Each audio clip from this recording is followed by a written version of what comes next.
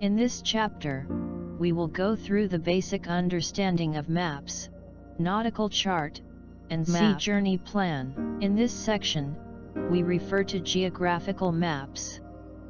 Road maps are perhaps the most widely used maps today, and form a subset of navigational maps, which also include aeronautical and nautical charts, railroad network maps, and hiking and bicycling maps.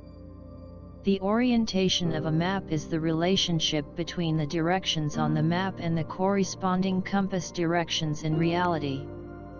Many maps are drawn to a scale expressed as a ratio, such as 1 to 10,000, which means that one unit of measurement on the map corresponds to 10,000 of that same unit on the ground. How to read a map. First, understand the map's layout. Then choose the right type of map.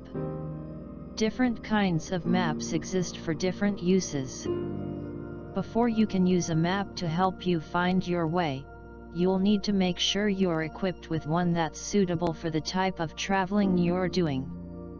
Second, check the map's orientation. Open up the map and take a moment to double-check that you're examining it from the correct perspective.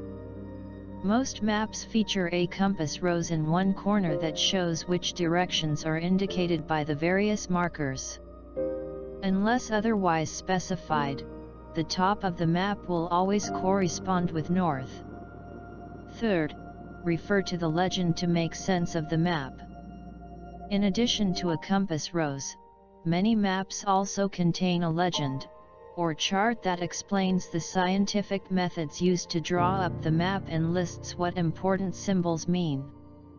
Familiarizing yourself with the legend is key to comprehending the way the map displays information. Then, make a note of the longitude and latitude. A meridian of longitude is a geographic coordinate that specifies the east-west position of a point on the Earth's surface, relative to the prime meridian. Parallels of latitude run parallel to the equator, the waistline of the globe, horizontally, and show distance north or south of the equator. Fifth point, pay attention to the scale. A map's scale provides a ratio of map distance to actual distance. This will give you an idea of just how far you have to go. This part is how using a map to get where you're going. First, figure out where you are. If you're on the road, the simplest way to do this is to observe nearby street signs or highway markers and cross-reference them on the map. If you're stranded someplace with no way of telling where you are, try to match up what you see in real life with what you see on the map. From there, mark your position so you can get yourself pointed in the right direction. Second, make sure the map is aligned correctly to your compass. Assuming that you are using a compass to aid in navigation, it will be important to calibrate it so that it's correctly oriented with your immediate surroundings, taking into account possible variations in magnetic attraction. This step is sometimes known as declination. It will be much easier to get a sense of where you are going when you can simply turn your head. Third, pinpoint your destination. Circle the place where you want to end up on the map and look at how much distance lies between your start and end points. Once you've done this, you can zoom in and identify which avenues will allow you to arrive at your destination in the shortest amount of time possible. Fourth, plot your course. From here, it's simply a matter of choosing which roads or paths you want to take to get from point A to point B. Keep in mind that the shortest distance between 2 points is a straight line. Fifth, follow the selected route to your destination.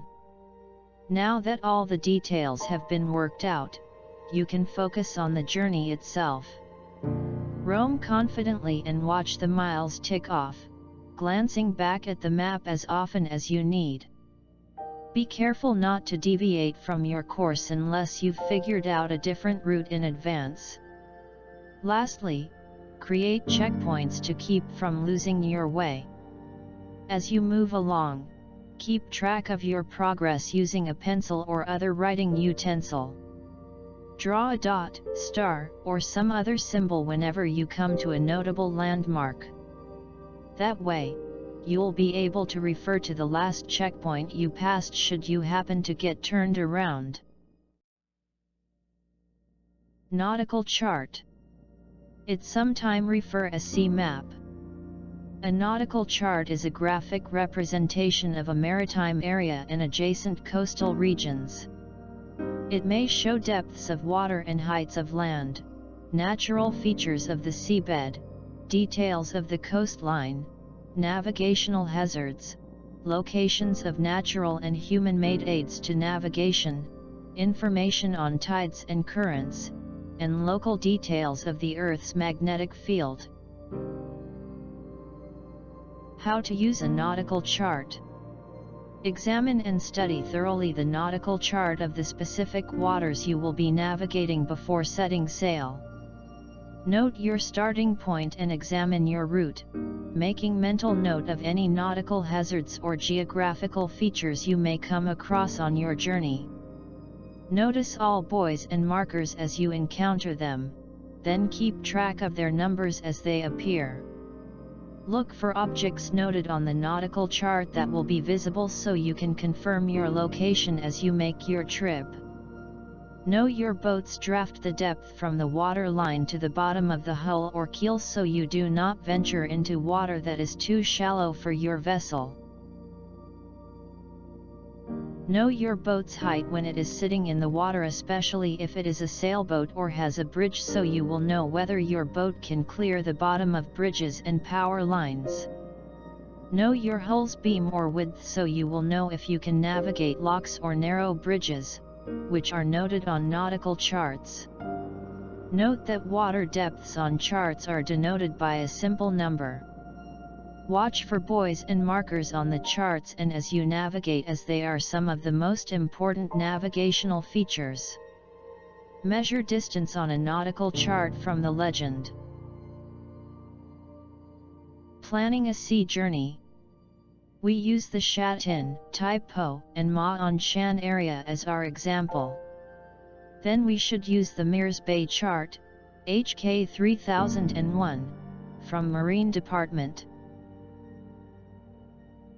We enlarge the map on screen. In fact, we only need to use the bottom left corner of the nautical chart for our sea journey. Continue to prepare our sea journey. In reality, for Dragon Boat, it is not necessary to use a nautical chart. But we need to consider the tide and water depth of the day or journey. We can use ordinary map or Google Map to lay out our journey.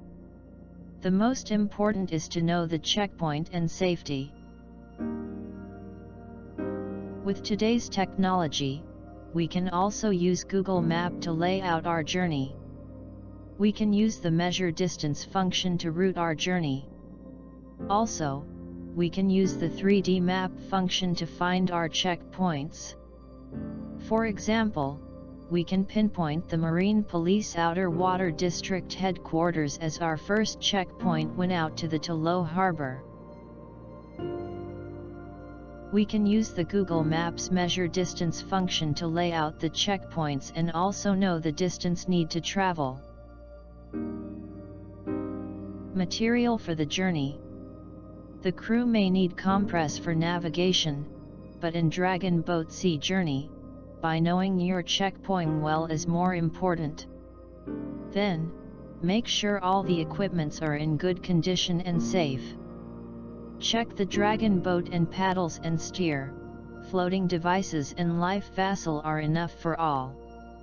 Also, please see the checklist below for the items necessary for the journey. Make sure your journey has enough resources for emergency and all communication device, such as mobile phone or talkie, are working well in case to see help from others. Some very important notes on your sea journey. First, make sure someone else know your sea plan and the time of your return. Also, you should know your own plan very well. The map and illustration in this chapter may not enough for using as a real sea journey. You may also consider the weather condition and other factor may applied to your real sea journey. The most important thing in the dragon boat sport is safety first. That's the end of chapter 7. Thank you for watching.